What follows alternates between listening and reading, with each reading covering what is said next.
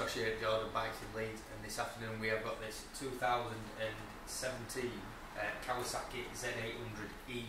This is a restricted model. It claimed to have 95 brake horsepower. That is a crank figure for the A2 license. So all the restrictions in the throttle body and the do come with a restrictor on the diagnostic socket have been removed. So we're going to do a final run now, and then we'll talk through everything that we've achieved.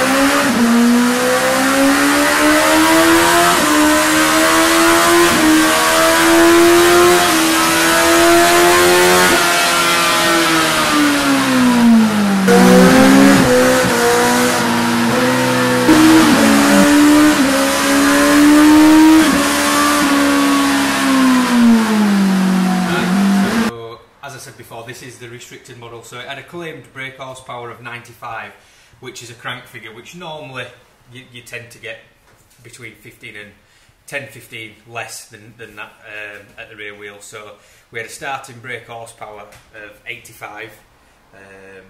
So then we removed the ECU restrictions, so the secondary throttle plates, the ignition mapping, and we have now got a figure of just short of 100, so it's 98.4.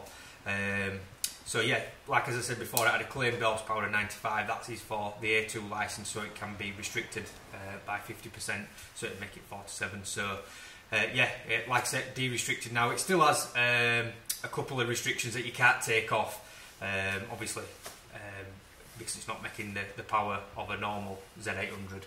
And that's just in the exhaust. So yeah, we've got a figure of 98.4, and it's absolutely different bike. I mean, just the noise, the feel, the acceleration of it, it just feels a whole lot better.